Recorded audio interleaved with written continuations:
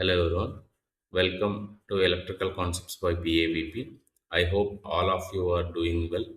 In previous lecture, we discussed the construction of DC machines, the working principle of DC motor, and the working principle of DC generator. If you have not watched that video, I highly recommend watching that first and come to today's topic because today's topic is completely built on that foundation only. In today's lecture, we are going to cover four important topics, which are EMF equation of a DC generator and construction of single phase transformer, along with working principle and EMF equation of single phase transformer. There are very important topics for examinations. So let's begin with EMF equation of a DC generator.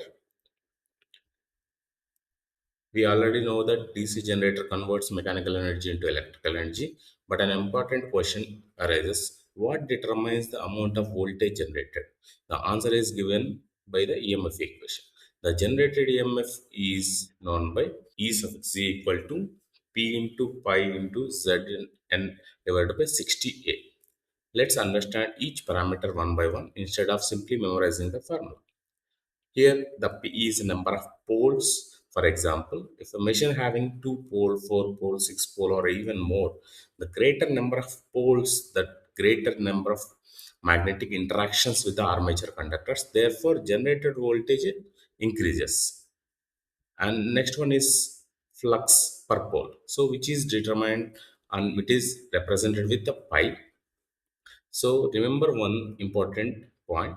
The stronger magnetic field causes a stronger magnetic flux lines which is interacted with the conductors. So hence a larger EMF is induced. So generator voltage is directly proportional to the magnetic flux. And next one is number of armature conductors which is represented with a Z. Uh, think it about it. If more conductors are cutting the magnetic field simultaneously, then more voltage is generated. Therefore, the generated EMF increases with the number of conductors. And next one is speed. The speed is represented with the N rotating of a bicycle dynamo slowly, it produces one small voltage only. Now, if you rotate it very fast, it brightens the bulb and it increases the intensity of that brightness. Similarly, higher rotational speed means conductors cut the magnetic flux more rapidly, which increases the generator voltage. Similarly, here at denominator we have A, which is number of parallel paths in armature conductors. So these will also plays an important role since the generated EMF is divided among the each parallel path. Therefore, the number of parallel path is increases, then it directly affects the induced EMF. Therefore, induced EMF will be reduced. So from this equation, we conclude that generated voltage is directly proportional to the magnetic flux, speed, and number of conductors along with the number of poles, and inversely proportional with the number of parallel paths in the armature winding. This equation helps designing generators for different voltage rating. Now that we understand how voltage is generated in a DC generator, let's move to the very important electric machines, which is single phase transformers. So if you see a single phase transformer, unlike a motor or generator, a transformer has a no rotating parts. It is a static electrical device. Its main purpose is to transfer electrical energy from one circuit to another circuit without changing a frequency along with the changing of voltage levels. Now let's understand the construction part. Here the first one is core, which is placed inside of the transformer.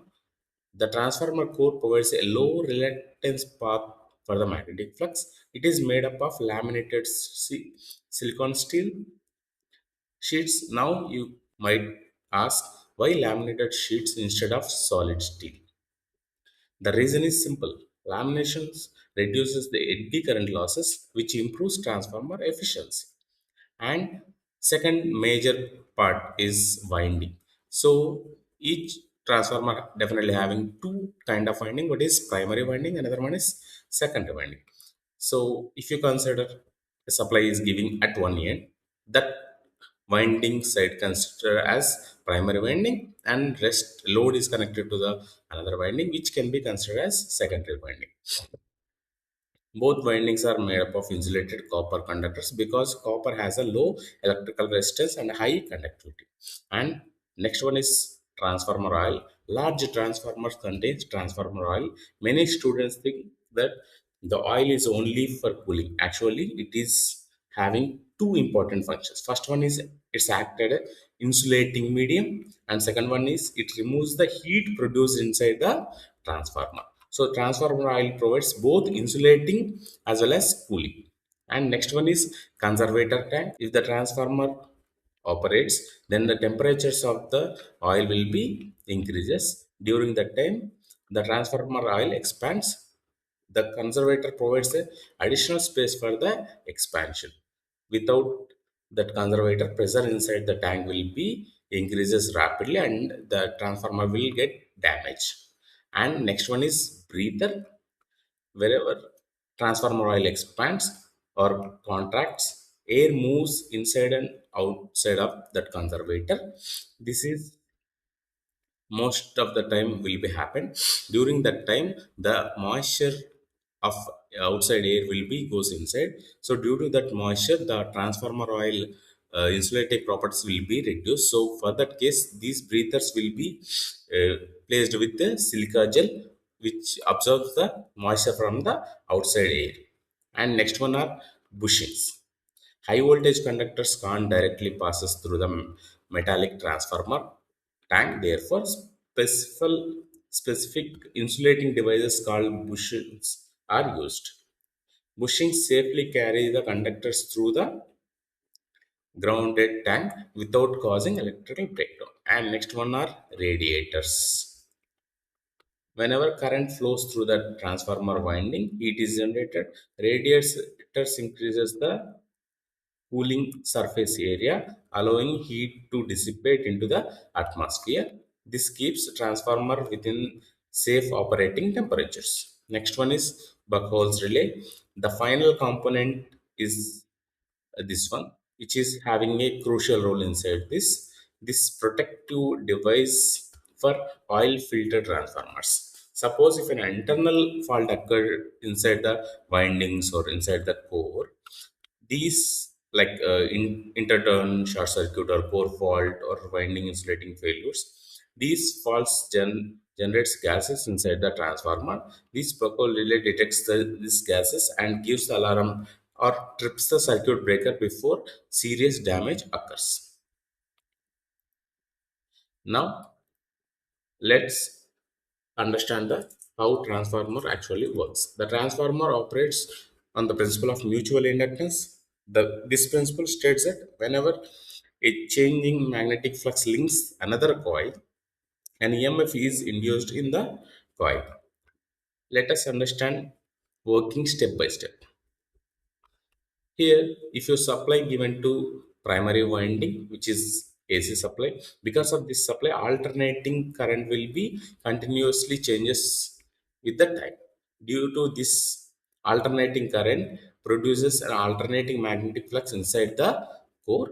The magnetic flux travels through the laminated iron core. Since the secondary winding is also wound on the same core, this changing magnetic flux links with the secondary winding also. According to Faraday's law, an EMF is induced in the secondary winding. If the load is connected, the secondary current will flow due to because of induced EMF. And electrical power is transferred from primary to secondary. Notice one important thing. There is no electrical connection between primary winding as well as secondary winding. Here, the entire process will be done with a magnetically coupled circuit only. And next one is EMF equation of a single phase transformer. Let us understand EMF equation of a transformer. The induced EMF is given by E equal to 4.44 F N1 into 5 M. phi m, which is the induced EMF at primary side. If you go with the secondary side, the induced EMF will be E2 equal to 4.44 into F into N2 into phi m. Here phi m will be the maximum flux, which is a combination of flux density and area. Here, F is the frequency and N is the number of turns. If N1 is present, which is primary side number of turns, if N2 is there, it should be considered as secondary side turns. The equation tells us that induced voltage depends on operating frequency, number of turns, and the maximum magnetic flux. This is why transformer designed for different voltage ratings have different number of turns on their windings. If you go with the secondary side, we already discussed that it will be E2 equal to 4.44 F into N2 pi M. It seems that it has been presented. If you consider induced EMF will be E1 at primary side, then the terminal voltage will be V1. If you consider at secondary side, the induced EMF will be E2 and the terminal voltage will be V2. If you consider voltage transformation ratio, which can be represented with the K, which is E2 by E1, or it can be represented as N2 by N1, or else it can also be represented as V2 by V1. In terms of current, it will be different, which is I1 by I2. So, if number of turns in secondary winding is more than primary winding, then K value must be greater than 1. Then the transformer is known as step-up transformer. If number of turns on secondary side is less than the primary winding, then K value will be less than 1. Then the transformer is known as step down transformer. So these are the main important things we have to know of the transformer, and most probably the transformer rating will be in kVA or volt amperes. So let's quickly revise today's lecture. Today we learned the EMF equation of a DC generator and the significance of each parameter, the construction of single phase transformer and function of every component, the working principle based on mutual inductance, the EMF equation of the transformer, and the factors affecting the induced voltage.